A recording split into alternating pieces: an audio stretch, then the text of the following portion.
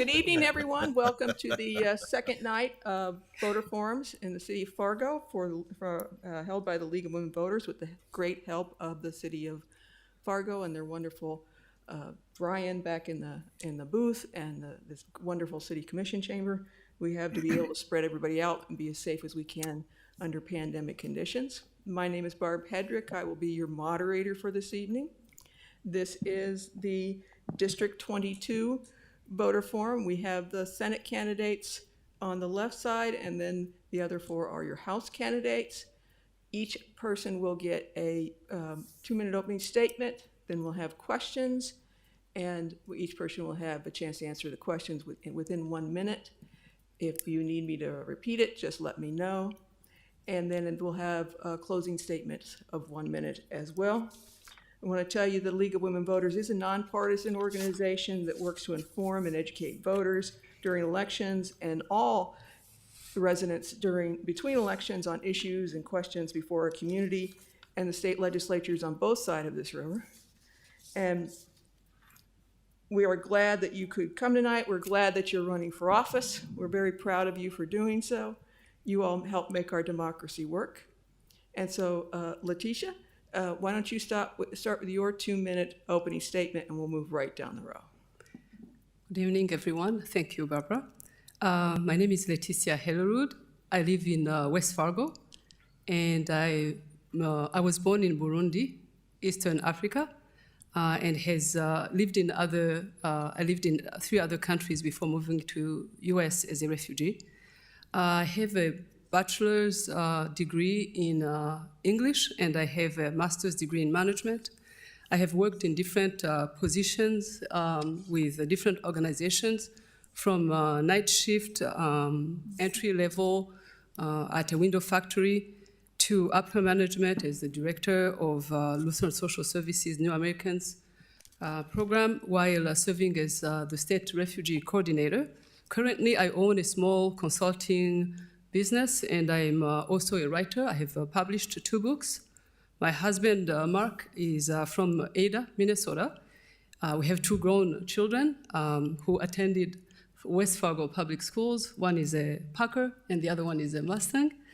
We own farmland in Ada, Minnesota, and we are members of HOWE Lutheran Church. I serve on multiple organizations, boards and committees locally, regionally, and nationally. Last but not least, I am one of the 3 lucky Bush Foundation Fellows in North Dakota for 2020, and I have to say that Bush Foundation is nonpartisan. I'm excited to be here tonight. Thank you very much. Now, Mark. Hello, everybody. I'm Mark Weber, and I'm the Republican candidate for the District 22 State Senate. This is my first try at public office. I live in Castleton. I'm married to my wife, Jadine.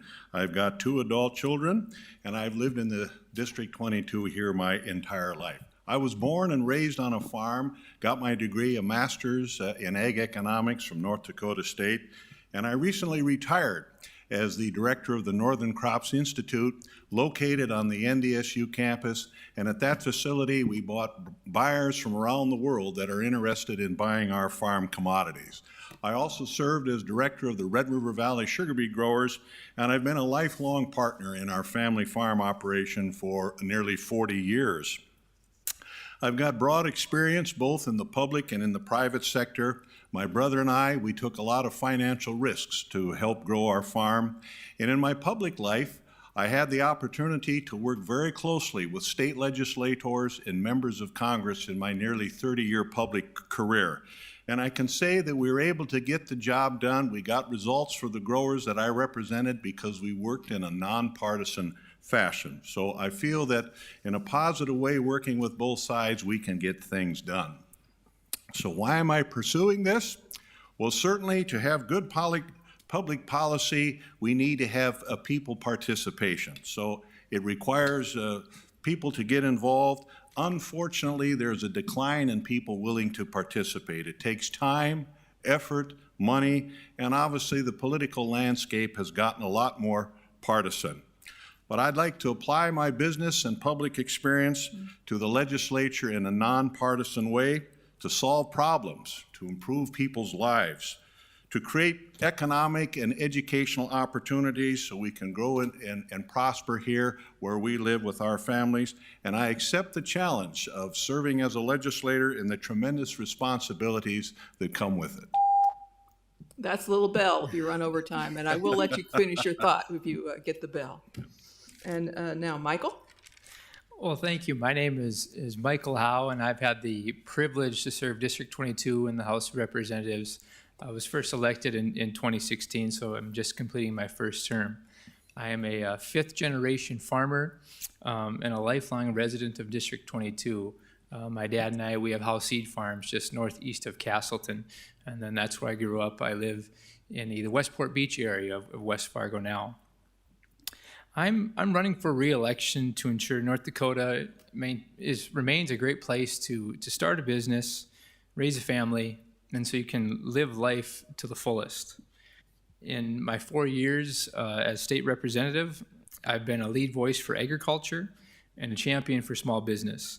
And during my 2 legislative sessions, I have the most pro-business voting record according to the Greater North Dakota Chamber scorecard, and I've been endorsed by the National Federation of Independent Business. I am proud of my conservative voting record while still being able to govern. The American Conservative Union recognized me with the award for conservative achievement after the most recent 2019 session. And in my first term, House leadership appointed me to the Appropriations Committee and as well as legislative management. And to me, good governance is being able to use life experiences in order to make decisions, while also holding your own principles. As a farmer and a small business owner, I rely on those experiences while also listening to the concerns of my friends and neighbors in District 22. And I believe in fiscal responsibility and also helping those who cannot help themselves. So I very much appreciate the opportunity to speak to you all virtually tonight, and those watching on Facebook, on Inforum, and maybe those at a later date that choose to watch this also. So I look forward to continued conversation here over the next 6 weeks. Thank you. Thank you. Brandy? Thank you, and thank you to the League of Women Voters of the Red River Valley and the City of Fargo for the opportunity to answer questions from our constituents. I am Brandy PYLE, one of District 22 state representatives, and I'm excited to visit and talk about a variety of topics that affect our constituency. My priorities continue to be education, workforce, infrastructure, and behavioral health. I serve on the Education Committee and the Administrative Rules Committee, and am Vice Chair for the Political Subdivisions Committee. I have 4 children, have been married for 17 years, and we are part of a family farm operations just west of Castleton. During the past 4 years, I have supported and voted for legislation to improve the behavioral health access in our public schools, increase school funding, and remove restrictions for our military families when they move here to allow spouse licensures so they can, as professionals, work in our communities. I also chair the Fargo National Cemetery Volunteer Committee, the first rural cemetery of its kind in our nation, and serve on the nonprofit board of Haley's Hope, which works with learners of all ages who are dyslexic. I'm very excited to be here and answer questions and get to know, share my experience with the people listening. Thank you. Thank you. Jody? I am going to echo the sentiments of gratitude for allowing us to be here and represent our points of view and get our points out to the wonderful voters of our district. So as you said, my name is Jody Meisch, and I am a candidate under the Dem NPL party for our district here in District 22. I was born and raised in West Fargo and moved to Mapleton inside District 22 about 3 years ago. I lived there with my boyfriend and my 4 adopted pets. I graduated from West Fargo High School as a Packer, and then I took some time off to go and work in the business field. I did retail for a while, and then I decided that I needed a little bit more, so I went back and studied accounting as well as a certificate in sign language studies and deaf culture. My professional life It started, as I said, with retail, but it also encompasses a variety of fields such as real estate and now nonprofit management. I am the founding secretary of our Mapleton Lions Club, and I am also a Mapleton Park Board member. I'm an adopted pet mom, and I am an advocate for the deaf and hard of hearing community. And I am running to bring new topics, ideas, and perspectives to the great state of North Dakota. So thank you for this opportunity. Thank you. Will? Again, thank you for this opportunity and for hosting us. My name is Will Thompson. I'm a fifth-generation North Dakotan, born and raised. I was born in Minnewaca, North Dakota, or rather Can-Do. That's where the nearest hospital was. In 2005, I moved to the Fargo area, and I've been here since then. I graduated from Davies High School in 2016, and this last spring, I finished my schooling at the University of Minnesota, learning about studies in cinema and media culture, creative writing, and theater arts. My father was in politics, and I grew up in a house that was very politically active. So I recognize the importance of somebody standing up and saying, if not me, then who? As Mark had touched upon, it's a very difficult environment to stand up right now, but somebody has to do it. One of the reasons that I decided to stand up and put my name in the running was I wanted to give back to the community that helped raise me. I can't do that through military service. I'm legally blind in my left eye, and thus I would not be eligible medically. So the way that I'm trying to give back to my community is through public service and being a public servant to all constituents, not just those who end up voting for me.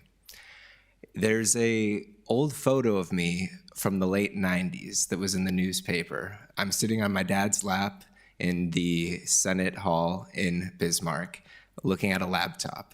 And they ran a story about how even at this young age of 3, I was learning from my dad, ready to follow in his footsteps. I must admit now that all I was doing was watching Teletubbies at the state capitol. But since that photo was taken, I've done a lot of educating and I've learned a lot. I don't have all the answers, but I'm willing to listen and I'm willing to work. Thank you. So now we will start our first question. We will start with Mark. What is your top priority if you are elected to the state legislature? Do you see opportunities for Democrats and Republicans to find common ground on your priorities or on any issues facing our state? Yeah, I would have to begin by saying certainly fiscal responsibility is mighty important. I think we would all agree the Fed is out of control, but here in the state of North Dakota, our finances are in reasonable good shape, and I would work very hard to continue that. I would say secondly is job growth. We need to grow and expand the economy, the business sector that provides the job. We need to grow the jobs, make higher paying jobs. And thirdly, I would say mental health. Mental health is a very serious issue and it needs a lot of addressing, and that's very important to me.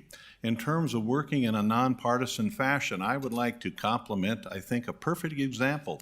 State Senator Judy Lee, a Republican from Fargo, State Senator Kathy Hogan, a Democrat from Fargo. I know they have worked hand in hand to try and solve some of these mental health issues. I think that's a very good example, and we can do more of that. Thank you. Michael? You know, my number one legislative priority will be to create a 21st century workforce, and a skilled workforce at that. Pre-pandemic, state's unemployment was just over 2%. Now I believe we are about 4.7%, and we're maintaining hiring, and people and companies are hiring again. And to diversify our economy, we need a skilled workforce. As we all know, it's no secret, our state budget is heavily reliant on the energy industry. If we can diversify our economy, attract new businesses such as manufacturing jobs, and skilled workers, that will attract different private companies to come here, set their roots here, help diversify our economy. And I think we can all agree that that's a nonpartisan issue. We want to create jobs, and we want to make North Dakota a great place to live and have a job. So I think I can certainly reach across the aisle and do that. Brandy? Thank you. I'm going to echo what my running mates have said already. Starting with fiscal responsibility, we have to look at the issues, look at the people, and then figure out the equation and how to fund our priorities while balancing our budget. Another one that is a top priority for me is the education.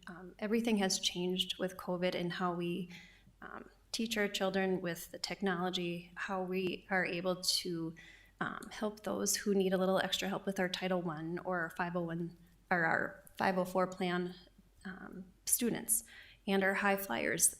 We have some that excel very quickly and need to be more challenged. I would love to see a post-secondary option through our school system for those kids who want to present that or achieve that challenge. And then with that education, that feeds onto what Michael noted about too with the skilled workforce. If they are able to go to NDSCS and take a welding class, I think that will benefit not only their family, but the entire workforce and the economy in North Dakota. Thank you. Jody? My top priority is actually the deciding factor in how I came to terms with running for office, and that being to bring attention to and solutions for increased equality and accessibility for the nearly 100,000 deaf, hard of hearing residents in the state of North Dakota. I understand this is a priority that is a little bit unique and probably isn't a top priority for most. The reason why I said it for that is because we've already got great conversations happening around education and healthcare and infrastructure. And those are valuable topics that I will continue. But my priority is to bring light to issues that maybe aren't currently being discussed. As far as working across the aisle, that's how I do life. I welcome alternative viewpoints because that's how we grow and achieve greatness. Thank you. Will? My number one priority is mental health resources, making sure they're both affordable and also available.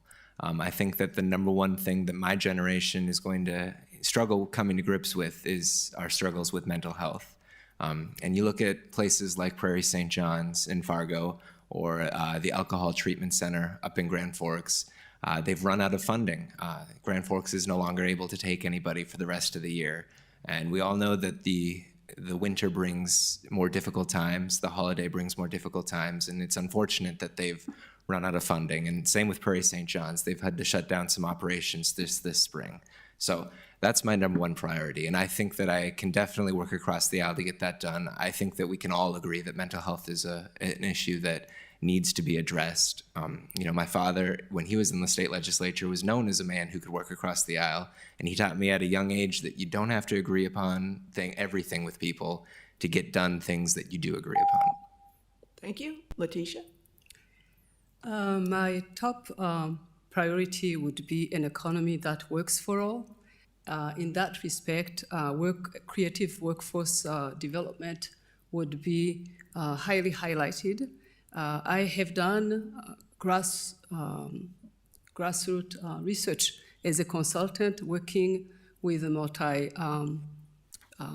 multi-sectors coalition in Northwest Minnesota and Southeast North Dakota on creative ways to tap into pools that we have not adequately engaged with. And I would be happy to expand on that. Education is another area. COVID showed us that we are not adequately equipped to engage all children. Health and especially mental health is another big concern as a full-time refugee. Issues around trauma and veterans issues, as well as PTSD would be important.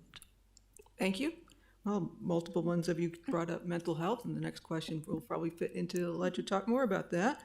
We'll start with Michael. And how should the state support the growing behavioral health needs of citizens?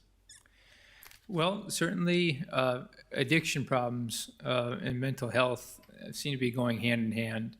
And if we can continue to prioritize that, I know revenues will be down this next biennium. That doesn't mean we can't not prioritize those things. So I think we can make that a priority. It is a growing need. I think it's been proven that those issues, if we can fund them at the state level, get ahead of it, it will cost a lot less at the front end than it will on the back end. And mental health problems, that can lead to homelessness. And so whether these mental health issues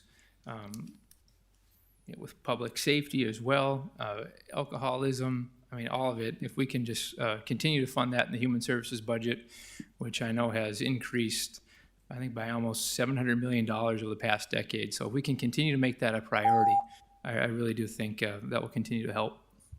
Thank you. Brandy? Thank you.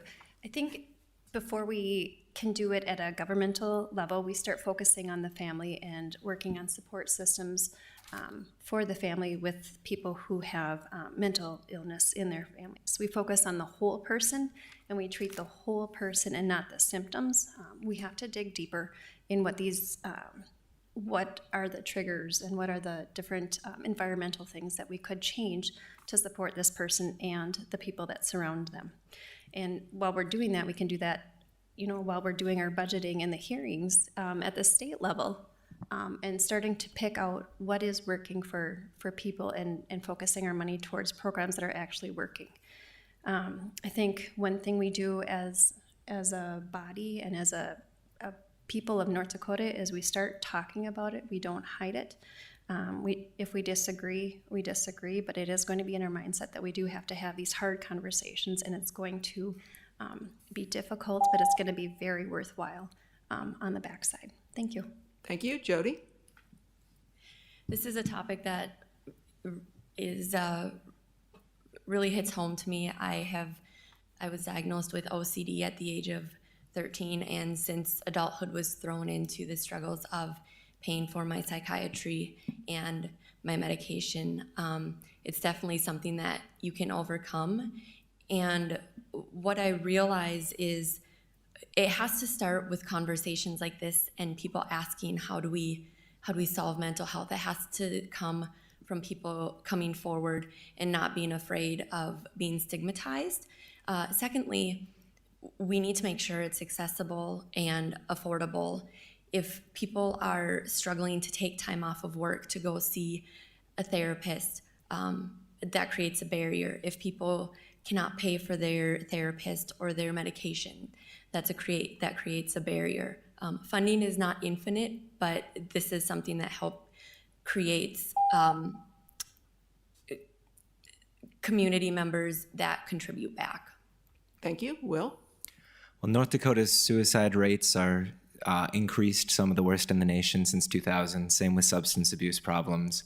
And so we can sit here and talk about how important funding is all day, and it is. We need to get the funding and the resources to the people that need them. But like Brandy said, it starts with a recognition of talking about the problem. Be mindful, speak on the stigma is my slogan. And I think that that's a great place for us all to start. I also, have dealt with some of these issues. I was diagnosed with chronic major depression at the age of 15. I was suicidal at times. I dealt with substance abuse problems in college. But luckily, I got the resources that I needed to deal with those problems. And not only that, I made the decision my senior year of high school that I was going to be completely open and honest about my mental health problems. And that helped not only me, it helped other people. Because in a more open environment, we all feel more supported and we all feel more transparent in coming forward with our problems. Thank you. Letitia? Emotional health is as important as physical health, if not more, because if you're not whole, everything else will suffer. So removing the stigma through educational programs would be a great place to start. Also increasing funding for services and removing access barriers, but also funding programs targeted to youth and even children in and out school from a young age as, as early as we can assist these children. I think is going to help avoid the problem becoming bigger and bigger. So I would really focus on services to youth. Thank you. And now, Mark? Yeah, I would say that nearly every family out there has probably at one time in their life or another had to deal with a mental health issue. Unfortunately, for the last 200 years, nobody ever talked about it. But now I think it's at least we're now being willing to talk about it. And so we've made some progress there. You know, if you have a sore arm, you go to the doctor. If you have a toothache, you go to the dentist. If you're dealing with suffering from some mental health issues, you go and see someone and try to get the help and resources that you need. In the state of North Dakota, about 1/3 of the budget goes for social services. So we're making progress there. Certainly we can do more. We know with alcoholism, the drug overdose, these things lead to additional problems. And our young kids, we put so much pressure on our young kids at an early age. They're coming to school, they're ill prepared to handle some of the challenges. So this is something very dear to me, and we need to make some more progress in this very difficult issue. Thank you. Move on to our next question and start with Brandy. What would you do to support public schools through COVID-19? During the public schools, I believe we empower the decision makers at the school district level, and that is one thing that I have seen with the 8 different school districts that we represent in District 22 in their approach to educate their children between the hybrid learning, the in-person learning, and just teachers doing phenomenal work. They are truly magic makers in how they do that. It's been a great support through the federal government by getting some monies that way, and the governor and DPI have worked to distribute that to the school districts based on the Title I formula. And those school districts who do not have Title I, they were each given about $6,000 each to upgrade technology or get different the plastic barriers or cleaning supplies to help with their students. But supporting the parents, supporting the students, and the educators as together as a unit, I think it'll work the best. Thank you. Jody? I believe that North Dakota has done a really tremendous job of finding funding to support the K-12 education, and I would ensure that that trend continues. We also need to be providing teachers resources, if they so need, to handle the complexities, the emotional complexities that this toll takes. I hope those resources are available to them. If not, I would like to open up conversations if there's support groups or different therapies that are needed. And for the kids too, this is a whirlwind. So just making sure, being empathetic and being flexible and understanding of what everybody's going through. And the state's done a tremendous job of that. We just need to keep it going. Thank you. Will? I've talked to a lot of educators and support staff while door knocking, and one of the things that they're worried about is what happens if, and unfortunately when, me or someone I know gets sick and we have to start missing work days. And I think that's a real concern on a lot of educators' minds. I know that there was a proposal out there to allow teachers to dip into workers' comp if they have to miss days because of COVID. That's certainly a good idea in my mind. And we've talked about funding. I think we've done a good job of getting resources to the school district. We need to continue that, providing the technology for students and teachers both. And then also, the behavioral health resources. Like it's been said, this is a whirlwind of a time and certainly stressful. And those kind of circumstances breed the need for more behavioral health resources. Thank you. Letitia? So I would emphasize on the support to teachers, the families, and the children, and also understanding that technical support is not enough. Some families need more support, maybe because and different type of support, maybe because they don't speak English fluently, or maybe because they have a low education level. or maybe because they have other challenges, whether it's mental health or work multiple jobs to keep a roof over the family head, if I can say. So I would really prioritize and individualize the support that I give to the families and make sure that the teachers also feel like they have an outlet for their own emotional well-being and the much-needed break. I think they are overworked right now. Thank you. Mark? First of all, I would like to commend the governor for his leadership on this issue. He allowed the local school districts at the local level to determine what some of their policies would be. And I would also like to commend the school boards, the administrators, and the teachers for their leadership in doing the best they can under this very difficult situation that we're experiencing. Fortunately, in terms of funding, we have the Common School Trust Fund. We have adequate funding in there, I believe, that will take us through. And of course, the federal has provided some additional funding for this. And certainly, if this winter, I would think that if we're still in the hole a bit, the legislature will step to the plate, I would think, to provide additional resources if that would be necessary. One of the things, though, we need to reassure our kids that they are in a safe environment, because some of those kids are pretty worried at a very young and tender age. And so we need to be mindful of that to give them the confidence that they need. Thank you. Michael? You know, I think prior number one is the students themselves. We need to make sure, number one, they've got a safe environment to be at school. It was a lot of fun the past couple weeks to see kids on their first day of school, albeit a little differently than my first days of school, 15, 20 years ago. But number one, make sure they can still go to school. So how do we do that? Well, we ensure that school is a safe place to go. I know the CARES Act funding and the federal money coming in to have proper PPE, clear plastic stations in between desks, cleaning supplies. At the state level, if they run out of that, we need to make sure that we can continue to make school a clean and safe environment.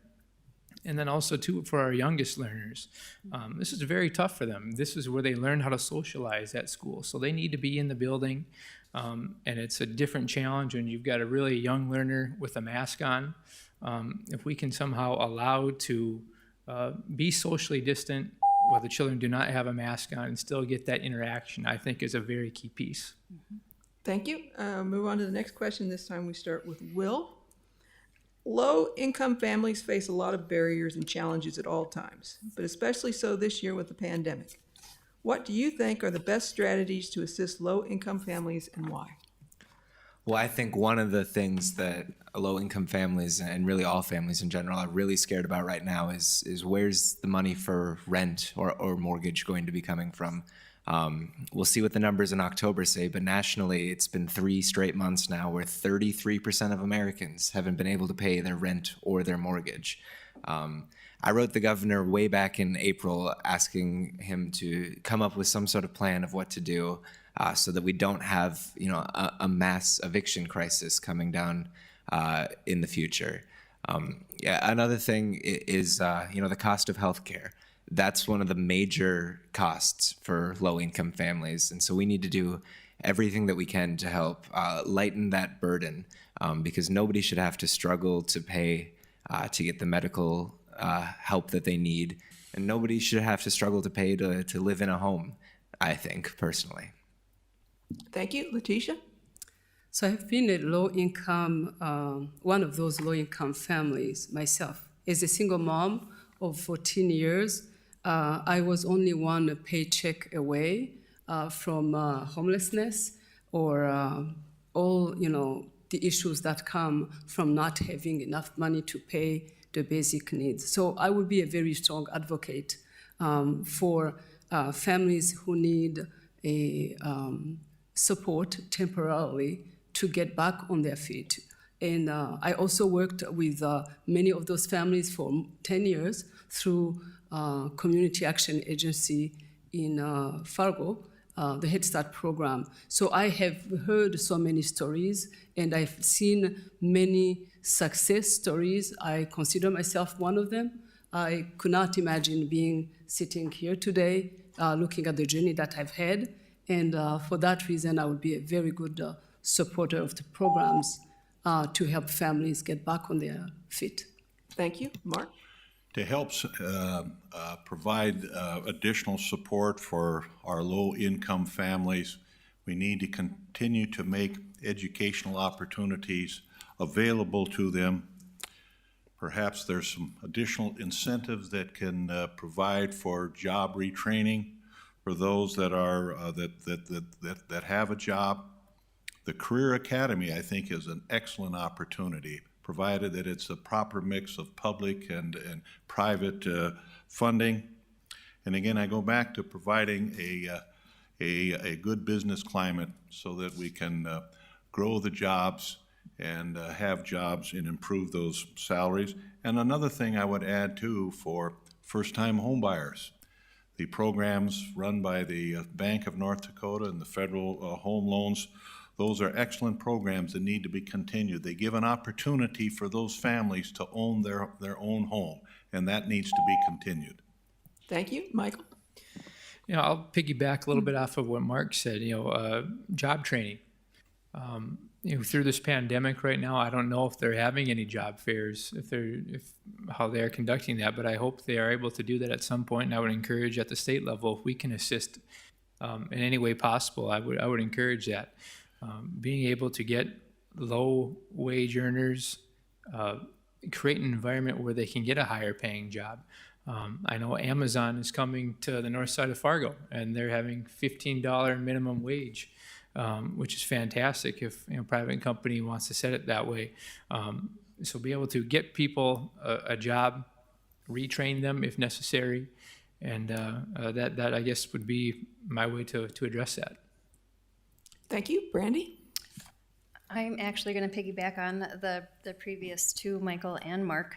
The job retraining is vitally important. I don't think you can drive down any business district in our county and not see, hiring signs. So the jobs are out there. It's just a matter of fitting the skills and retraining people and making it work for their families. I think other things too that we can do is collaborate and identify what resources are actually out there between our phenomenal nonprofits that we have in our community and the state resources, and combine them together so that people can help navigate the system. And this has to be done in a no-shame environment. I can't,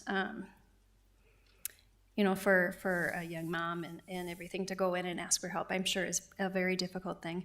And during this pandemic, I helped quite a few people fill out unemployment forms when they ran into issues, and addressing the cost of healthcare right now, working with somebody down in Horace on the cost of insulin when they're spending $3,000 every 3 months to keep their kids alive. Thank you. Jody? Low income struggles stem from such a variety of issues. It could be affordable housing, it could be affordable health care, it could be not getting an adequate minimum wage. It could be so many things, and I feel a little guilty speculating how to solve that without having low-income families at the table representing what their needs actually are. That being said, I have heard one of the struggles in obtaining jobs is if there's some sort of criminal record, and some sort of reform or what that looks like is a much larger conversation than can be fit into a minute. But I think that's something that needs to be taken into consideration. Providing training opportunities is wonderful, but even if after they're trained, they're going to be denied a job that doesn't really help them much. Thank you. Now we are back to starting with Letitia, and we've got a fiscal question. Since revenues are expected to be down when the state legislature meets next year, what will be your top choices for how to meet the constitutionally required balanced budget? What things would you like to do first to try to keep that budget balanced? So I would, I consider this to be like a new job for me. I would definitely look at all the revenue streams and look at the expenses that are made and include the different stakeholders at the table before making a decision. So I would really like to do my research before making a drastic changes regarding budget if we are low. This is a place where I would need to educate myself enough before making an informed decision. All right, thank you. Mark? One of the things is we should be grateful for the past legislatures, what they have done. They have demonstrated prudency in managing the monies. So my belief is, in my understanding, we have enough funding to get through the end of the biennium up to June 30th. And most certainly, I would think essential services are going to still be there to cover the basic essential services.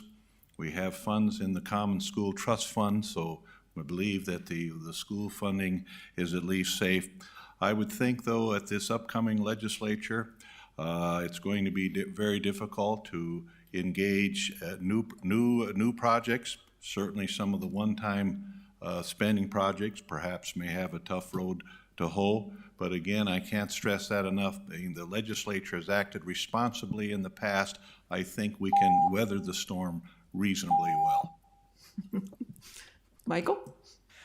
My priorities of where the money needs to be spent, as I mentioned in my open, it's for the people that can't help themselves. We will make them a priority, as well as K-12 education funding. When I took office in 2017, we were coming off another downturn in the oil economy. We kept K-12 funding whole, and we also were able to help human services, and we were able to fund that as well. So that would be priority number one. So where do you get the reduction in spending? Well, one-time projects, they will unfortunately have to wait another biennium, whether it's building projects on some campuses in our higher ed, whether that's some infrastructure projects. Perhaps we can look at bonding as a way to fund those down the road if the funding isn't there while we're in session. So I guess that my priorities would be to fund the things and fund the people that cannot help themselves. Thank you. Brandy? Thank you. In times of scarcity, I believe blooms opportunity and new ideas that we can try in recreating how some of our old programs have worked but are kind of past due, and immerse them into maybe something in the pre-K system and trying something new there. During our non-legislative sessions, we actually sit down and study. A group of us in the Cass County legislators get together and we sit down and we bring speakers in and we drill down through the budget, through the revenue streams, through the expense streams, how this fund is funded through 3 different avenues. Our caucus leader is phenomenal at that. We still have to continue to drill down and ask the hard questions and look at what is working and what isn't.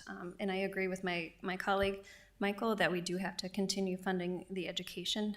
It is something that we have taken on as a state and fund at a higher rate than many of our neighboring states. Thank you. Jody?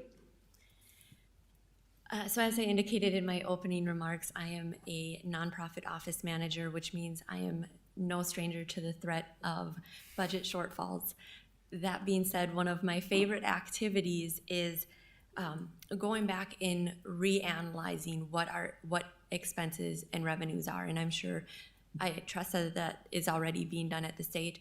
I do believe that there has to be somewhere hiding an obsolete expense that maybe could be reduced a little bit. Opportunities for alternative revenue streams like bonds. I hesitate to say what changes I would make because I believe it needs to be a group decision based from the guidance of tax commissioners and the industries affected by the budget. But that's where I would start, is looking at bonding and trying to revisit the current expenditures and incomes. Thank you. Will? Well, essential services are just that. They're essential, and we need to make sure that those are still available. Yes, it's going to be a difficult session financially, and certainly there's going to be a lot of hard choices that are going to need to be made. But it sounds like the prudence of previous legislatures have left us in a decent spot where we can have some flexibility to make those choices that are best for our state. I think going forward, though, one of the things we really need to do is diversify how we are raising funds as a state. I think we put too many eggs in the basket, the boob and bust basket that is oil. We all see what happens when that cycle busts. I would be interested in investing in hemp farming in the Red River Valley area. I spoke to one person who believed that between industrial and paper hemp farming, we could add almost 40,000 jobs in the Red River Valley area in the next 15 or 20 years. And so certainly there are other options too, but diversifying the economy, I think, is a must going forward. Thank you. I think we're going to have to go to our last question before closing statement so we can get out of the way for the next session. So I'm going to give you this one. I hope you all are familiar with Measure 2 that's on the ballot. What is your view on Measure 2 that requires an initiative passed by the public to go to the state legislature for approval? And if the state legislature does not approve of that initiative, then it goes back to the people once again. Mark? Okay, sure, thank you. Measure number 2 is basically an attempt to make it much more easy to change our state's constitution. And in changing the state constitution, that should take some time. It's a serious deal, and we need to make sure that we do it correctly. Unfortunately, in the process, oftentimes there's outside influences that are drafting the bill. There's outside monies that are coming in to influence the decision making. And then thirdly, and I'm as guilty as any, for many of us, when we step into and close the curtain to vote, many of us are reading these measures for the first time. So I think that measure number 2, it ensures that any constitutional amendment will be done not so quick. We make sure that all the bugs are flushed out of it so that the people eventually get what they think they're getting when we vote on an initiated measure to change the Constitution. Michael? Well, I'll just, full disclosure, we passed this in the 2019 legislative session, and I voted against it last session. And I have since changed my mind. And I think that's a classic example of what Measure 2 can do. Measure 2 is a way, it changes the way constitutional measures are being held. Let's make that, I'm going to repeat that, it's a constitutional measure, not an initiated measure. This is a way to change the Constitution. So I think if you're going to change the state's constitution, it should be a little more difficult than just a regular measure. So it would go to the people would pass it, then it comes to the legislature. The legislature cannot alter the bill at all. The legislature would give it an up or down vote. This would encourage more discussion, more time and thought for this constitutional measure. If the legislature approves it, it goes in our state's constitution. If they reject it, it goes back to the voters, who then can override the legislature with just a 50% vote plus 1. So I said, I have had more time to think about it, and that's why I've changed my mind. And I think constitutional measures should get more adequate time than they get now. Brandy? I will actually echo Representative HOWE's statements there. I too voted against it, thinking that it was going to be something bad, but after watching what happened in our state with Measure 3, with the outside money, with the people in support of it not being truthful, many measures, many constitutional and initiated measures are actually about 30 pages, and I have never seen any bill that has never had one amendment. I mean, even putting in a comma or a semicolon, every bill I don't think has had some type of amendment. And so when you have these constitutional measures, there's no look. There's no 94 of us looking in the House with our attorneys, the 47 senators. The discussion isn't there. It's a one and done, and it's not a good option for the people of North Dakota. They need to know what's in there, and changing The Constitution should be more difficult than what it is. Initiated measures are different, as Representative Howe said, but constitutional measures are very, very important. Thank you, Jody. This is one measure that I would like to do a little bit more research on, as as the previous speakers had indicated, measures are very lengthy and have a lot of intricacies.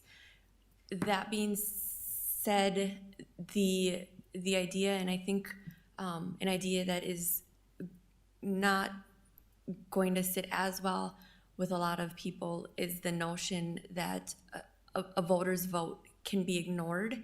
And I think there needs to be some discussion around how that is perceived.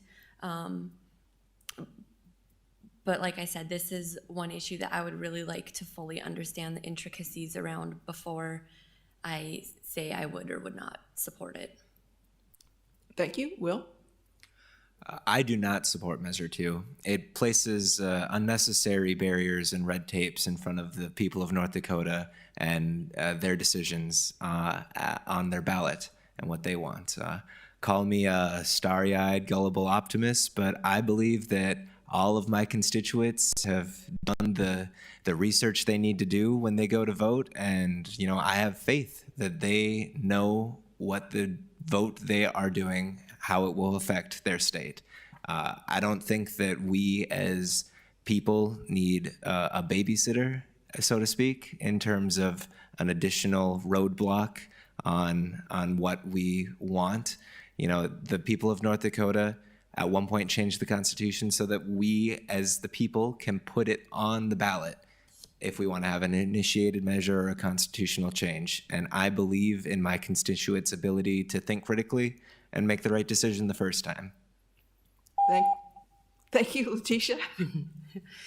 And I'm going to echo Jody and admit that this is also an area where I need to do a little bit more research. But also, I'm thinking that we trust the people of North Dakota on in many areas. We trust them to vote on many things. We trust them to vote for the President of the United States. We trust them. We trust that they will do their homework before opposing or agreeing with anything on the ballot. So the idea that the legislature will come back and review, or if the Constitution needs to be changed and the people say that they are in favor, I don't think that it's going to be. It sounds like it could be insulting to the people who made their decision to sit as a body to review it again. Thank you. We will now go to closing statements and start with Michael. Well, I want to thank the League of Women Voters for the opportunity this evening, and also the City of Fargo for letting us use their beautiful chambers. It was great to hear different ideas from across the political spectrum. It's been an enormous privilege to serve District 22 and the House of Representatives the last 4 years, and I'm humbly asking for your vote to continue to create a 21st century workforce, maintain low taxes, attract businesses, and be able to diversify our state's economy, all while exercising fiscal responsibility. North Dakota can and will be a leader in getting the nation's economy back and running to where it was pre-pandemic, and I am eager to be a part of that solution. I will tell anyone that will listen that North Dakota is the greatest state and the greatest country in the world, and we can be the envy of the nation. So I want to thank you again for your time, thank my participants as well, and I would appreciate your vote in the coming weeks. Thank you. Brandy? Again, thank you to all who choose to be a part of our democratic process in electing our leaders. Again, I'm Brandy PYLE, and I am excited to continue to serve our constituents of District 22. I, along with Representative Howe and Senate candidate Mark Weber, will lead our district with integrity, focus on communication and collaboration, work to balance the budget while funding our priorities, and work for the people of our great state of North Dakota. And I humbly ask for your vote. Thank you. Thank you. Jody? So again, thank you so much for allowing us this opportunity to present to the voters. Thank you to all the voters for being an informed voter. It means so much that you place your trust in us. I am a tenacious, empathetic leader. I prioritize people over politics. And what this means for voters is that you can trust whatever side of the spectrum or political party you're on, your voice and your opinion matters to me, and I want you to feel heard. There is a way, and we've seen it here tonight, even in politics, to represent a majority while uplifting the needs and the rights of the minority. That is my goal, to make sure that every voice is given a seat at the table, and I humbly ask for your vote this upcoming election cycle. Thank you. Will? I just want to start by echoing the thanks, and then also by saying there was a lot of agreement here tonight, and I want to highlight that. We as North Dakotans, as people, are not that different as some bad actors would like to make us think. So I just want to highlight that. There's a lot of agreement on a lot of important topics here. What I bring to the table that's different is a young, aspirational voice and a new perspective. One that is speaking for a new generation, the future generation, the leaders of tomorrow. And I'm asking humbly for your vote today to be that leader sooner rather than later. There's a lot more issues that can be discussed about in deeper ways. And so I do a lot of that on my website, willthompsonnd.com. You can go there to read up on everything about me and pledge your support or donations or even just get in contact with me. And I encourage everybody to do their reading up on me on my website and my opponents and my running mates' websites. Thank you. Letitia? I would like to thank the League of Women Voters and everyone who is here tonight, and as well as the listeners for spending time with us tonight. And would also like to say that I'm running to give back to a state that gave me and my family tremendous opportunities. I have the credentials to serve in this capacity, the willingness to step up, and I have showed my commitment to this state and this community for as long as I have lived here, 22 winters to be exact.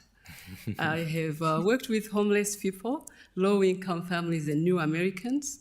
And as a consultant, I have worked and empowered different organizations in various sectors, nonprofit businesses, faith-based, grassroots organizations, and individual leaders. So I believe we need more women in the North Dakota legislature. I also believe that 131 years since North Dakota became a state is way too long for us to finally elect the first Black legislator. So I'm humbly asking for your vote. Thank you. Mark? And I too want to thank the League of Women Voters for having this fine opportunity. I've enjoyed it very much. My 95-year-old father taught me many things. Work hard, live within your means, you're responsible for your actions, respect other people's opinions, respect your teacher, your coach, the law authorities, have empathy for others, and be thankful for what you've got. And that's how government should work. My priorities would be fiscal responsibility, creating a business climate that can improve and make higher paying jobs for everybody, addressing the mental health issues. We've got to help those that can't help themselves, those with physical disabilities, and those with the health issues.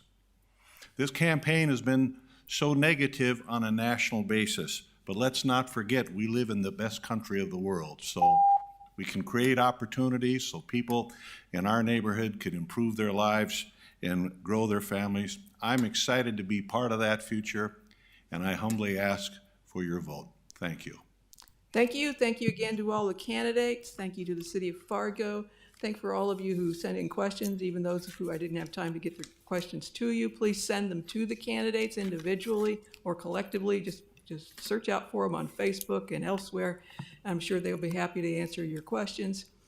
Thank you to all the League of Women Voter volunteers, to the who helped get this organized. Thank you to Brian back in the booth with Carmen, our timekeeper, and everybody. Please, one other area you may go to look for information, and I hope all the candidates are participating in the 411 vote411.org initiative.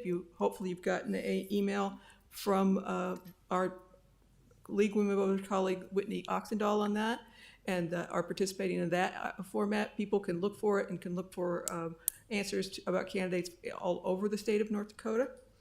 And finally, I want to encourage everyone during this season of pretty tough times to remember the three big things, wash your hands, wear your mask, and go vote. Thank you.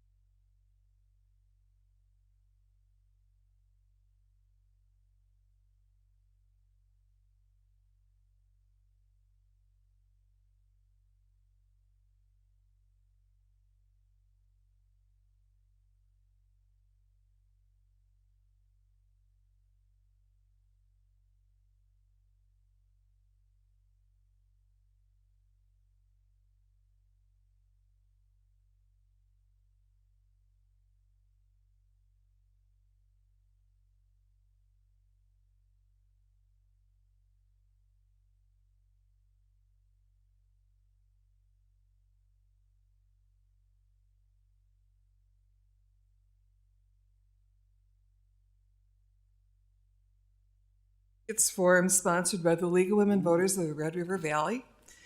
I'm Mary Tintus, and I'm the moderator for this evening. The League of Women Voters is a nonpartisan organization that encourages the informed and active participation of citizens in government, works to increase understanding of major public policy issues, excuse me, and influences public policy through education and advocacy. Tonight we'll hear from candidates from the North Dakota State Legislature from District 46, South Fargo. The election date for these seats is Tuesday, November 3rd, with early in-person voting starting on October 19th. All North Dakota voters may request a ballot by mail. Please check with the Cass County Auditor's Office to obtain an application for vote by mail and for your in-person voting locations, as they may have changed from previous locations or previous elections.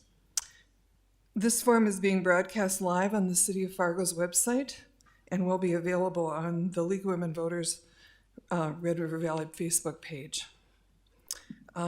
Voters in your constituents have submitted questions in advance. Each of the candidates will have 2 minutes for an opening statement, 1 minute for your response to each question, and there will be a little buzzer sound that will indicate when your time is up. So the candidates for tonight for the North Dakota Senate are Jim Roars and Terry Hedman. North Dakota House of Representatives, we have Ben, are you M. Hansen? Ben M., yes. Ben M. Hansen and Shannon Roars Jones. The candidates Ben W. Hansen and Jim Casper weren't able to attend tonight. I do have a statement that I'll read for one of those candidates. We'll start with an opening statement from candidate Jim Roars. Good evening. Thank you. I'm Jim Roars, and I'm the senator for District 46 currently. I'm running for a re-election so that I can guide and balance our budget, our state's budget, during these difficult times. During the last 4 years, I have worked behind the scenes and spent my time on working on higher education committees, watching out for NDSU and Wahpeton, in addition to water topics committees and making sure that the Red River Valley gets funded appropriately for our new diversion as well as our Red River Valley water supply project. Also, I sit on the Industry, Business, and Labor Committee and the Energy and Natural Resources Committee. I was also appointed by Governor Burgum to serve on the Unemployment Insurance Advisory Board, as well as I chaired the high-level radiation nuclear waste committee. I personally am a owner or serve or have a companies in town here and in Fargo, Bismarck, and Dickinson that serve in the construction industry, the development industry, property management, and real estate sales. My wife and I are also active in the community, working together with North Dakota State University Foundation, Churches United for the Homeless, Jeremiah Program, United Way, and others that we help raising funds for and conduct our business. In addition to that, we have 5 children and 17 grandchildren. Now, as a business owner and a CEO, it's my job to vet out problems and proposals. I take that same type of consideration and action to the legislature during the legislative session. Sometimes things may sound like a good idea, but at the end of the day, they really aren't. And we need a voice of realism and practicality in Bismarck. During the next 4 years, I hope to focus on getting good policy that balances the budget. I want to make sure that we invest in infrastructure, including water projects, and we need to invest in our workforce training to make sure that our industries are getting connected to our students. Thank you. And we'll now move on to Terry. Thank you to the League of Women Voters for hosting this forum. I am grateful to be able to join you in this wonderful exercise of democracy. I'm a married mother of 2 children and grandma of 2, and honored to have been endorsed by my neighbors to be a candidate for the North Dakota State Senate. The current pandemic has highlighted the need for strong leadership in public health. Solid leadership is also critical to the people in our district for issues most important to them: education, healthcare, workforce, and decency. I intend to use my master's degree in strategic leadership, as well as the skills I've developed as a registered nurse, budget advocate, and active community member. The people that know me best know that I am honest, caring, and passionate. It is that passion to serve that led me in the decision to run. Because of the many people I have helped as a facilitator of Dave Ramsey's Financial Peace University, people know I insist on balancing budgets. That has been my stance as a member of my church, and that has been my stance in my work. This is one of the reasons people on both sides of the aisle are excited about my candidacy. And I'm also known as someone who gets things done. When people ask about my priorities, I will relate back what I've heard in the district as I've door knocked at a safe distance with my mask. I say that I want to work for my constituents for those things: education, healthcare, workforce, and decency. I want to bring balance to our legislature. Supermajorities help one party. They do not create a system of checks and balances that are important in our democracy. I am a politically moderate person, especially when it comes to using our tax dollars wisely and efficiently. I also care that every person has the tools they need to become what they want to be. I believe in treating each other with kindness and respect. Thank you. Ben? Yeah, good timing. Good evening. Thank you to the League of Women Voters for hosting us tonight, and congratulations and happy 100th anniversary to your organization. My name is Ben M. Hansen, and yes, the M is important. As if 2020 wasn't already weird enough, there are 2 Ben Hansens running for the House in District 46. But good news, you can vote for both of us. A little bit about me. I'm a near lifelong Fargoan, spending the past 11 years here in South Fargo's District 46 after growing up on the north side. I am a writer, freelancer, small business owner, former high school swim coach, and a stay-at-home father. I'm running in my first ever race for 2 simple reasons. First, my 2 sons are growing up in a world of dwindling role models in the world of politics as I see it. And anyone who pays attention to the nightly news, let alone the cable news networks, I think would agree with it. The divisive language, the fear tactics, the lack of trust and empathy is on clear display by many of our elected leaders, and I want to stand up to challenge that and show our families that progress can be made without the contrived outrage. So I'm in this race to be a role model for my kids and for yours. A role model of calm, compassionate decision-making, as well as a role model that thinks and listens more than he speaks. The second reason I'm running, I was asked. I was asked to run to help fill out a strong ticket here in District 46 and to serve my community. This is an extraordinary moment. COVID-19 has served up a monumental challenge, but we've also been presented with a once-in-a-lifetime opportunity to create a new normal in its wake. A new normal that recognizes humanity's shared impact on our planet, our shared desire for safety and security without worries of losing our healthcare, our jobs, or our homes, and what I believe to be our shared desire to live a life grounded in love instead of fear. And finally, because he has a 5-year-old's attention span and is sure to quickly lose interest in seeing his dad on TV, I'd like to say hello to my son, Macklin. I love you, buddy. Don't forget to brush your teeth before you go to bed. Thank you. Thank you. Shannon? Thank you, Mary. Thank you, obviously, again, to the League of Women Voters for hosting this event and allowing us the opportunity to reach out in a different way to our constituents. My name is Shannon Rose-Jones. I was elected in 2016 to represent District 46. I have lived in District 46 for 12 years with my husband, Ross, who's a firefighter for the city of Fargo, and we have 3 daughters who are 15, 13, and 10. I work as an attorney in my attorney and now real estate broker in my family's construction and development business. And during my first 4 years in the legislature, I have had the opportunity to really jump into service and try and make myself as accessible as possible to my constituents. I do this through hosting regular events where people can come and have coffee and ask questions, and I will give them updates about things that we are doing on their behalf. I send out a regular newsletter to people who would prefer to be communicated to by email.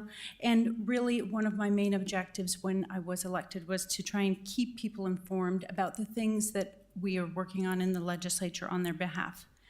I've also had the opportunity to be elected to the position of caucus chairman, which gives me the chance to train our new legislators, work to identify and elect new candidates, work to improve communications from the House Republican caucus to the rest of our community.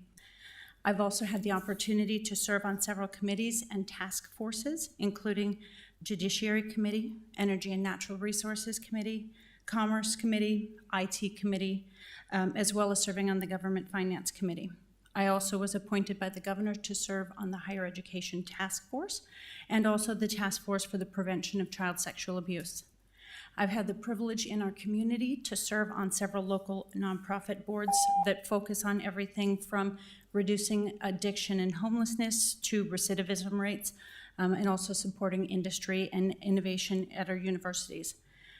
The reason I'm running is the same as it was in 2016. I grew up in North Dakota under a Democrat-led economy, and there wasn't the opportunities for me and people my age growing up. Most of my classmates moved out of North Dakota to larger communities and only came back when the economy improved. I want to make sure that North Dakota remains a strong economy and a place where we want to continue to raise our children, and our children want to stay and raise their children. Thank you. Thank you. And I will read a statement from Ben W. Hansen, who is not able to be here. Ben W. Hansen previously represented District 16 and is seeking to return to Bismarck to continue advocating for common sense policies, including campaign finance reform and much-needed government modernization that will benefit all North Dakotans. He is the former president of Fargo Comex, the Fargo-Moorhead Association of Commercial Realtors, former chair of government relations for the North Dakota and South Dakota chapters of the International Council of Shopping Centers and of the Fargo-Moorhead Area Association of Realtors Government Affairs Committee. Ben has also served on the Fargo-Moorhead Home Builders Association Public Issues Committee. All right, with our questions, we're going to start with our first question with Terry. Terry, how should the state of North Dakota support the growing behavioral health and mental health needs of our citizens in our state? I'm glad you asked, and I thank the constituent that asked that question. How we need to support behavioral health is we need to make sure we have the funding and then the promotion of bringing those people into the profession. One of the things that I know that we don't have is enough access to care. And it must be a horrible thing to have a child or anyone that you love who desperately needs mental health care and you cannot access it or you cannot afford it. So we need to make sure that we have that access and then that we have the funding available to support it. Thank you. Ben? I have an unfair advantage that I'm married to a mental health expert and who has 10 plus years of experience and keeps me well informed. One of the things that I think often gets lost in this question, this issue, is addressing the problems when they start.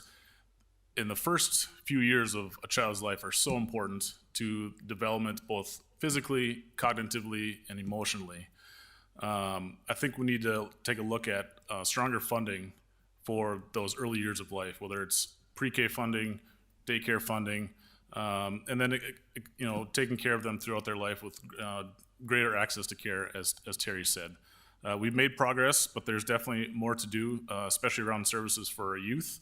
Again, long-term outcomes are so well traced back to the first few years of life, and I think we could do a better job of fostering our children's development. Thank you. Shannon? Thank you, Mary. Mental health services are more important now than ever, especially when you consider the implications of COVID and how that is affecting everyone. We do have a few new opportunities now, though, that we didn't have before. The 2019 legislative session passed a human service redesign, where we moved the regional human service centers from the county budget to the state budget. This not only allows us to provide a larger array of services, but it also removes those costs from the local property tax burden. The other opportunity that we've been working on as legislators is expanding access to telehealth resources, which are especially helpful now during these times of COVID. They allow people to access their mental health care right from their homes. So as a legislature, we will continue, and I will continue to look for innovative innovative resources to provide care, as we recognize, obviously, both addiction and mental health are two of the highest factors that lead to arrest and incarceration in our communities. Thank you. Thank you. Jim? Yes, thank you. As Representative Jones has just said, I think COVID has had a tremendous effect on the mental and emotional health of a lot of people in our society. And I think the one thing that we can do as legislators is we can make sure that the budget is not cut during these times. We're going to be looking at some substantial cuts within the entire government process. I will work to make sure that we don't cut human services, and that would be the most important thing to helping out these people. Thank you. Thank you. Okay, our next question, we're going to start with Ben. Ben, what measures would you like to see taken by the North Dakota legislature to make sure that North Dakotans have access to health care services, especially in some of our rural areas? So I think, as everybody up here would agree with me, when you get a new job, you're not an expert. You can have all the experience and qualifications, but first day on the job, there's a big learning curve, and I have certainly lots to learn when it comes to how funding works in our states and where we can tap resources to help serve these more rural communities. It is a major problem, especially with COVID right now. It's highlighting many healthcare challenges. When somebody gets sick in a rural location, access to care could be hours away. We rely on volunteer EMTs in so many of these states, or so many of these areas of our states. We need to support that, and we need to increase that effort. Thank you. Thank you. Shannon? Thank you. I think part of my last question maybe addressed some of this, but I think as a legislature, what we've done really is making sure that we are providing the funding and the resources both to our critical access hospitals, our regional hospitals, to make sure that people aren't having to drive hours to get the care that they need. We are making sure that we are creating greater opportunities for people to get the services that they need through their regional human service centers. By combining those, we're able to push out a greater array of services to each one of those systems, and then also looking for innovative opportunities to provide the telehealth medicine. I think each one of these things allows us to reach some of those people who are out in the rural areas who don't always have the transportation or the ability to leave their jobs for the long amount of times that it takes to travel to the larger cities for their care. And so always looking for innovative ways to serve people in the community better. Okay, thank you. Jim? So a couple ways that we can help with providing health care in the rural population out here. I'll start one with the educational opportunities that we present here in North Dakota. We as a state do help young people. I have a daughter, Shannon has a sister who is a doctor, and our son-in-law in Jamestown. They went to school at UND. They were helped through the process by the state, not only to get educated, but also to be placed here in North Dakota. That's a huge benefit for all of the citizens in North Dakota. Another area of healthcare that we are involved in, and that is senior living environments for the most vulnerable and all the way through to the people that are most active. We provide in the last legislative session, we provided grants for loan write-downs for hospitals taking bond rates that would normally cost 5 or 6% down to 1. We need to continue that at a higher level and make that available for senior housing living environments that I'm involved in right now, where we could literally save millions of dollars per year as a state if we would support these people in the beginning, not at the end. Thank you. Terry. Hi. So I just want to mention that I'm very excited, and I can't talk specifically about names, but there are public and private grant funds that are available for rural health programs, and they have measurable improved outcomes.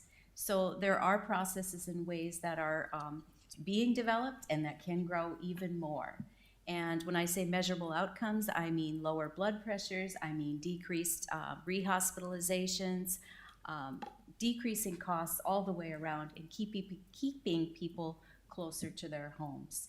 So I'm excited about those kinds of opportunities, and I applaud the efforts of what I've heard up here as well. Thank you. Thank you. All right, our next question, we'll start with Shannon. Shannon, what is your vision for the environmental and energy future of North Dakota, and how would you support the rural oil and coal communities in a transition to clean energy? Better turn my microphone on here.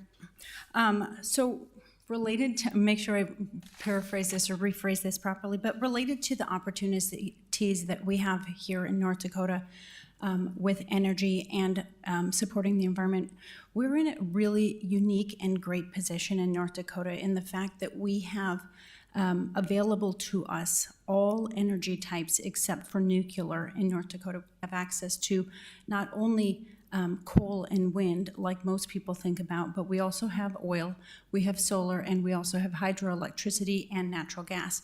So the thing that we need to be making sure that we're doing is supporting an all of the above energy production model and making sure that we are allowing these industries to stand on their own to make sure that we aren't artificially supporting one industry at the detriment of another. But the other thing that we have as an opportunity is we have our research universities. UND has the EERC and NDSU has their program where they're continuously looking for opportunities like Project Tundra, where they can take our existing infrastructure or energy production facilities and make them more environmentally sustainable. Thank you. Let me just remind everyone that we have a minute and we get that buzzer. I do need to ask you to try and stay If within you that. would have quit at a minute, you wouldn't have taken my thunder, okay? All right, same question directed to you, Jim. Well, it's hard to follow Shannon because she knows what I'm going to say. So, but you know, I will echo some of Shannon's comments on the fact that our research in all of the above energy solutions in North Dakota is above all other states that we know of. Project Tundra is taking carbonating CO2 and taking it and using it to re-inject back into the ground to enhance oil recovery. It's a way of dealing with carbon emissions so that we don't have the problem that we have today, which can actually revitalize our coal industry. That's one thing that would be just absolutely huge for our state, not only environmentally, but financially. In addition to that, the exploration of other energy producing opportunities like ethane. The gas that's flared today contains 6 different thanes. One of those thanes, called ethane, can be used to generate plants that will produce electricity that we can sell across the nation. That and many more. I wish I had the time. Thank you. Thank you. Terry. So I support the continued study of, and again, public and private partnerships, and I want to applaud one thing I heard Shannon say, and that was so that they stand on their own. I think we can do a much better job of that, and as legislators, it's our job to help hold those companies accountable. I would be remiss if I didn't mention that, you know, we are all thinking about Coal Creek Energy Station, even though they're not located in District 46. We also have the responsibility to help that large community as they transition possibly into needing a new way to make a living. So we have to think about that. Thank you. And Ben? Yeah, we're obviously blessed to have a lot of natural energy resources here in North Dakota, but we do also need to be stewards of our land. And I'm a firm believer that creativity often thrives when in confined spaces or when constrained. When the road forward isn't obvious, that's when ingenuity really rises up. And North Dakota is full of ingenuity and grit. I've met with some leaders in our construction unions in this state, and they're a great partner. And they're working extremely hard, specifically at Project Tundra, as Senator Roars mentioned, with that carbon recapture program. They're working hard to keep jobs in North Dakota and support the working families that have built their whole lives based on these jobs. We need to continue to invest in research, both at NDSU and UND, to create those new technologies, not just for fossil fuels, but the clean energy like wind and solar. Technology is coming a long way. My cousin is as conservative as it gets, but guess what's on the roof of his cabin in rural Colorado? Solar panels. Very good, thank you. And I've been asked to remind everyone to please speak into your microphones so that your voices are picked up well. Thank you. There's never usually a problem. Thank you. Okay, and again, these questions are coming from your constituents, and this is a question that's come up a number of times. Low-income families face a lot of barriers and challenges at all times, but especially so this year with the pandemic. What do you think are the best strategies to assist low-income families and why? And we'll start with Jim. The best strategy. You know, I was involved in creating the North Dakota State tax credit for low to moderate income housing families back during the time when Jack Dalrymple was our president. It was hugely successful. We have not been able to fund that particular program to the level we wanted to or once did. I think that would be a huge opportunity for our state to provide low to moderate income housing with affordable housing opportunities. We have engaged in some of those opportunities in western North Dakota during the oil boom. Again, been very, very successful for the residents, the communities that they serve. So I would say that would be one area that I would suggest we start. Thank you. Terry? I think the most important thing is for people to make a living wage, and I'm very concerned that the minimum wage is $7.25. And I am concerned that there was legislation that mandated that could not change in the local communities to remain competitive. So a living wage is what people need in order to succeed. Added to that, you know, if you want to have a family, we need to have some support and some better accessibility for childcare, particularly for infant care. So that's how I would begin to help families that are low income. Thank you. Ben? Yeah, I'll pick right up where Terry left off. The question was low-income families, not individuals. At $7.25 minimum wage, that's impossible to have a family. You can't afford healthcare, you can't afford housing, you can't afford to put food on the table. So you end up having to pick between those. So we need to remove some barriers to success. Terry mentioned early childhood education. I'm going to be a big advocate for strong funding for daycare and pre-K, so working families can trust that their children are being well cared for without having to worry about how they're going to pay for it while also trying to maintain a job.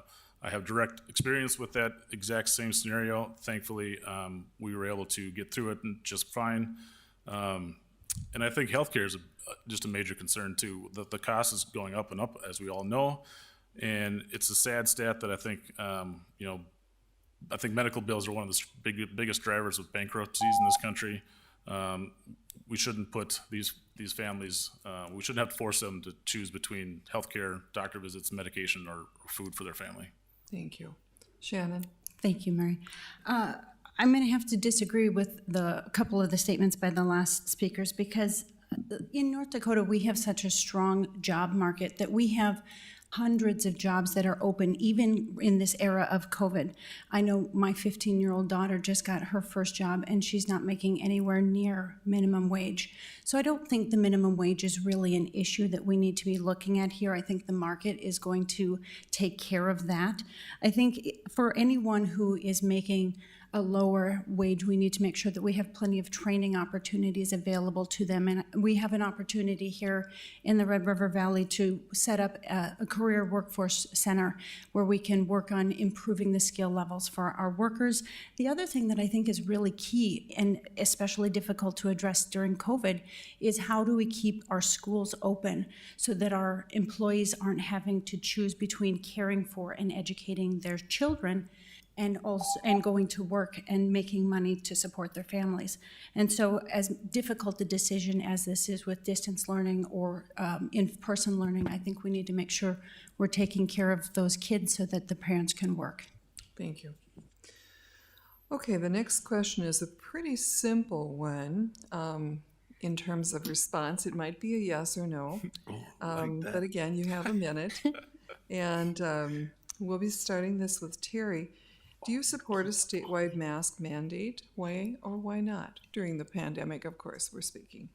I do support a mask mandate due to the pandemic, and of course, it's my nursing, my career that is informing this decision. I have worked in critical care, as I've mentioned. I've seen people intubated. I've seen people restrained so they don't pull the tube out. I see the severe consequences, including those medical bills. I see families in crisis. I see job loss. I see all of those things.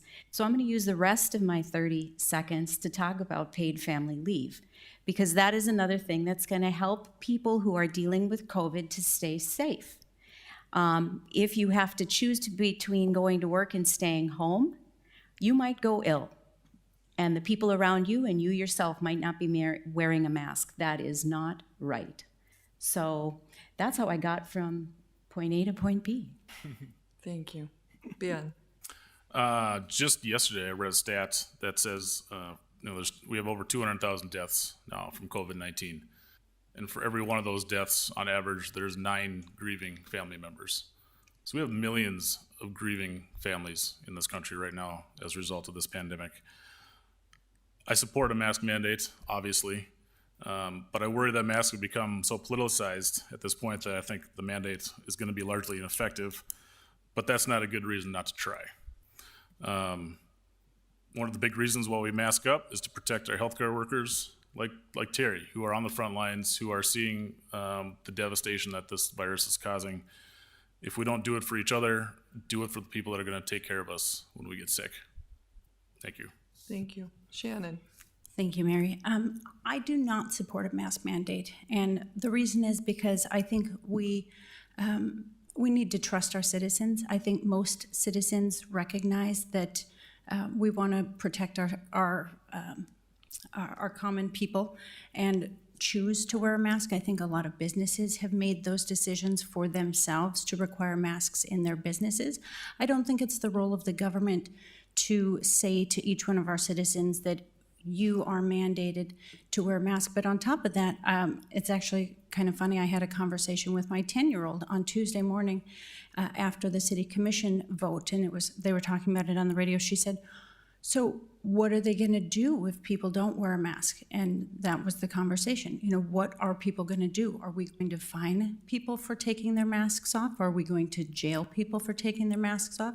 I think we need to let people be responsible for themselves. I think we need to let businesses make the decisions that are in the best interest of their business. And I think people generally will do the right thing in the right circumstances. Jim? I also do not think that we need to mandate a mask. I think we have so many more important issues to deal with in our workplace that a mandate of this type is not necessary. I agree with Representative Jones that our workplaces are going to deal with the situation as they need to and will. Our company is in the process of putting in a mandatory mask policy right now slightly different than the one that the city is proposing, but it will be equally as effective. I think we're big enough people that we can deal with this situation without a mandate being brought down on us. Thank you. Thank you. All right, our next question. And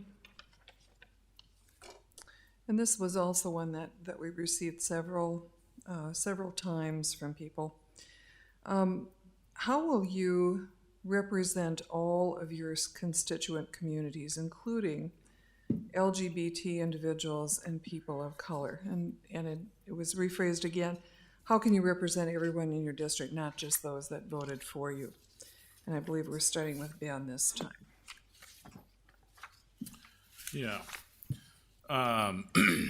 So I'm going to be a proud yes vote when the North Dakota legislature hopefully gets yet another chance to protect our LGBTQ neighbors against workplace and housing discrimination. I think it's a stain on North Dakota that these bills continue to get rejected by the majority, and in no way does it help our state attract new workers or grow our economy, which is always a talking point and always a challenge that we're facing. In all matters, I believe that we all succeed when we all succeed. And we're going through a period of terrible pain and public anguish, but I'm heartened by the relentlessness of those continuing to stand up for racial justice and gender equality. In my opinion, leveling the playing field means lifting up people, not bringing anyone down.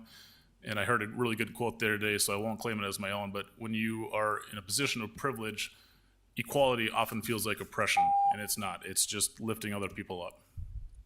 Thank you. Shannon? Mary, would you repeat that question, please? Sure. How will you represent all your constituent communities, including LGBT individuals and people of color?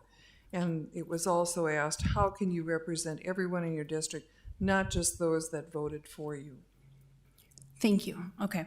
I was trying to remember if it was specific to LGBT issues or if that was just the kind of the track things had taken. I think I have done a really good job at representing all of my constituents. I make myself widely available. I've met people for coffee when they've reached out to me. I have no problem talking to people whom I generally disagree with. And I think in most instances when people have been unhappy with me, after we've had a conversation, we've left on a good page. And so I think that's the biggest thing, is just being accessible and communicating with people, especially people who think that you don't agree on issues. But related to the LGBTQ issue, that is a bill that I did vote in favor of. And I think it's important that we make sure that we are treating all of our citizens the same.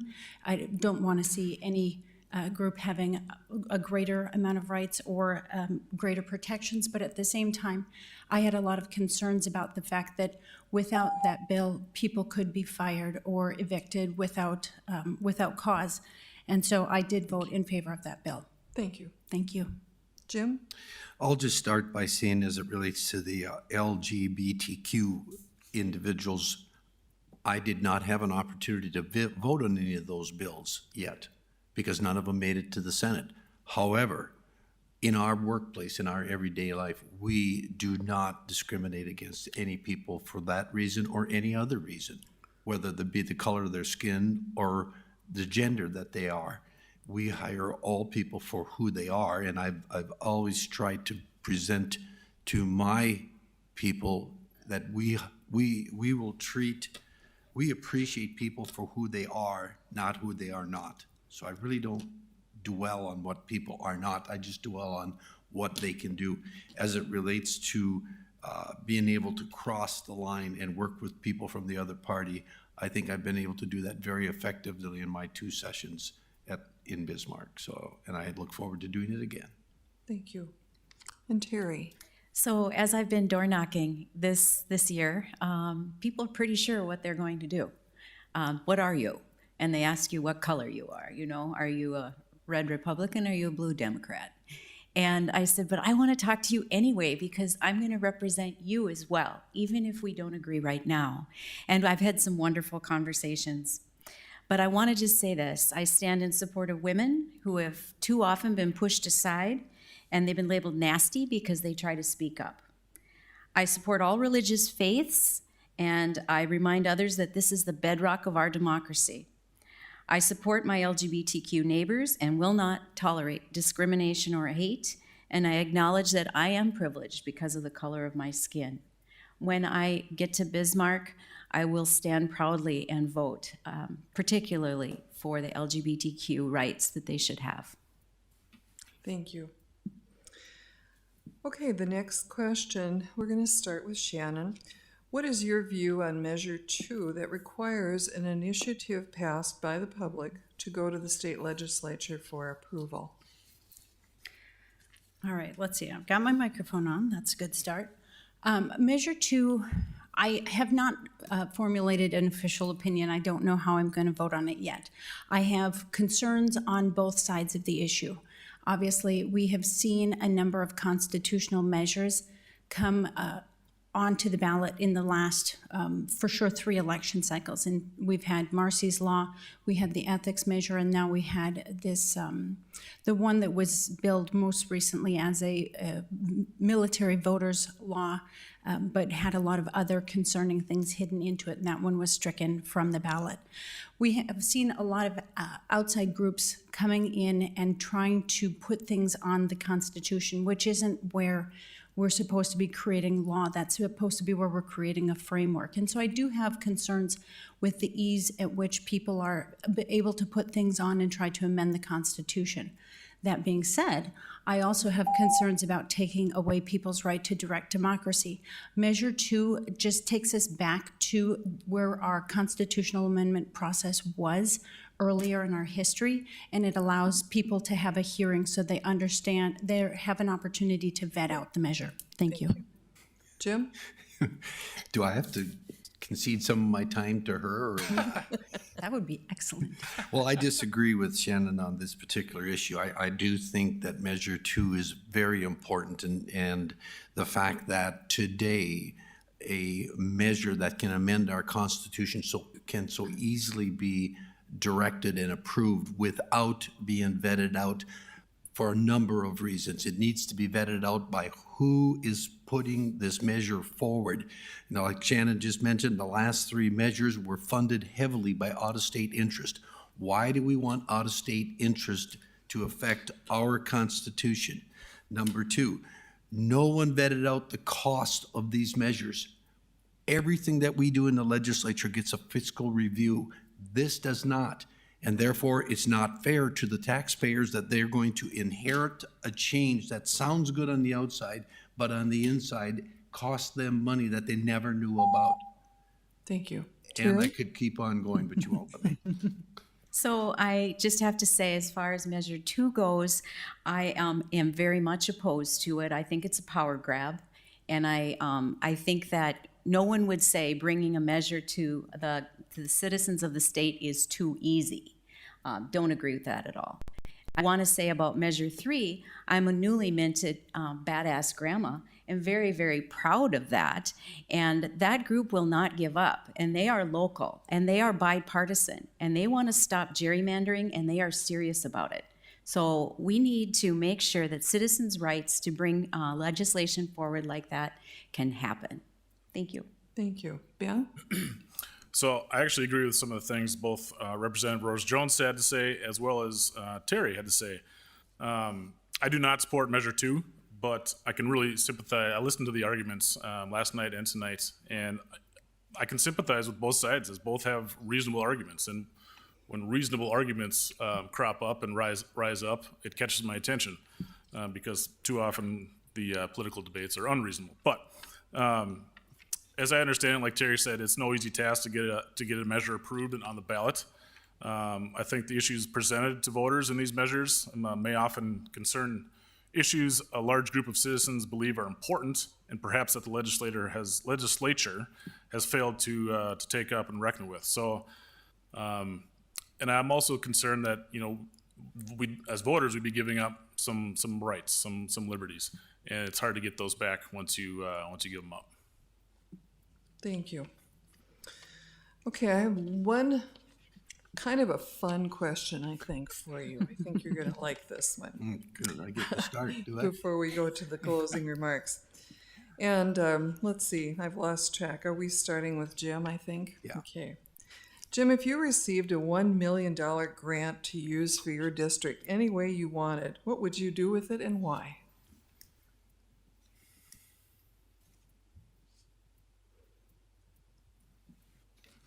$1 million grant that would be most important to our district, I have to say, would be flood protection. I would try to use the $1 million to ensure that we get our flood protection done at as least cost possible. Thank you. Terry? I would gather up every teacher in District 46 and we'd have a big meeting. We might have to be socially distanced and we might have to have our masks on, but I would say, what do you need right now to be successful? And then I would use that $1 million down to the last penny until I fulfilled as many of those wishes as I could. Thank you. Ben? I think I would start with my kids. Not my kids personally, but our kids, and use that money creatively to support the daycares, the early childhood education centers, and the teachers and the caregivers that work there.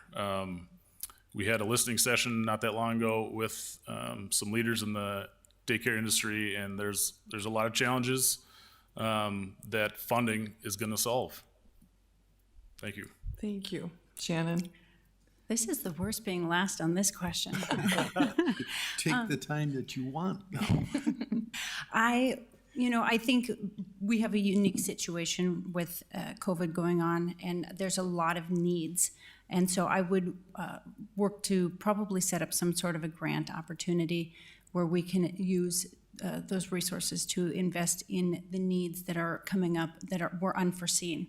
Right, we've got a lot of students that need access to their technology to complete their education, so working to make sure that everyone has access, maybe paying off some of those student lunch balances if we have things like that are out there, and probably supporting teachers too, because there's a lot of teachers who are having to learn how to do their jobs again. And so I think taking care of unexpected challenges that have come up as a result of COVID. Thank you.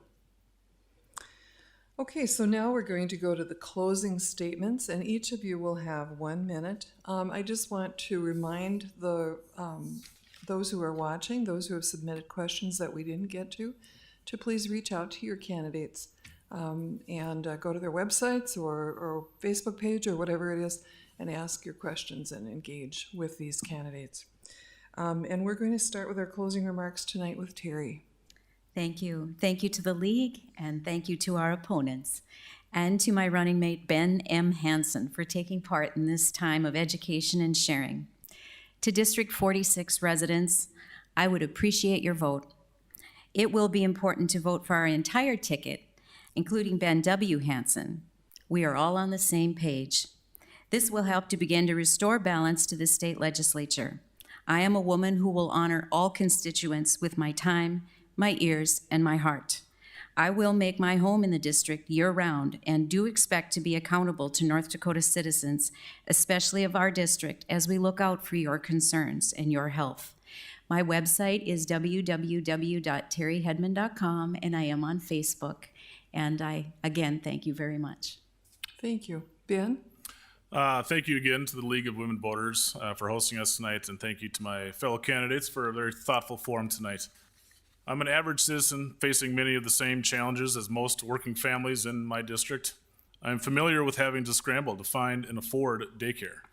I'm familiar with the dread of opening my medical bills and seeing the costs rise each year. And I'm familiar with the anxiety and uncertainty that all parents are experiencing right now regarding the tightrope balancing act presented by COVID-19. In other words, I have the relevant life experience and perspective we need right now in the legislature to advocate for what working families need most. I'm proud to run with a party that shares my values, and I pledge to be that positive role model for our kids that set the course for my campaign. Thank you. Thank you. Shannon? Thank you. Thank you, Mary, and thank you to the League of Women Voters for organizing this year after year. I think it's a very valuable thing for our community, and I appreciate you guys doing the legwork to get it pulled together. I want to thank Terry and Ben and the other Ben who isn't here for throwing your hat in the arena. We're better off for having a strong slate of candidates, and I appreciate you taking the time to run. I also want to thank my running mate, Jim Roars, my boss, Jim Roars, for giving me the opportunity to run. And then thank you to the citizens of District 46 for electing me 4 years ago and giving me this amazing opportunity. I expected that it would be interesting, but I had no idea how much I would love doing the work that I have had the opportunity to do. I get to learn about new issues and new problems every day. I get to talk to people from varied backgrounds, and I'm asking the citizens of District 46 to give me that opportunity to continue to serve them and elect me on November 3rd. Thank you. And Jim? Well, I also want to say thank you to the League of Women Voters. I would like to thank the viewers that are watching. And I am running for re-election to guide the budget this next legislative session, to help guide the budget this next legislative session, as it's going to be another difficult session, as it was in 17. You know, I've been blessed to be a part of this community, and I truly want to give back, and I hope that by doing and serving you, I can do that. I'm excited to get back to Bismarck next winter. I hope that you feel that I bring a voice of realism and practicality to help grow our economy and to help our citizens. And I too am here. I would love to have your vote. I'm asking you to support me in this upcoming election, and thank you for all of your time. Thank you. And I'd like to thank all the candidates for participating tonight. And I want to thank the League of Women Voters of the Red River Valley Volunteers, the City of Fargo, and the voters who submitted these great questions. Please remember to vote on or before November 3rd. And good night, everyone.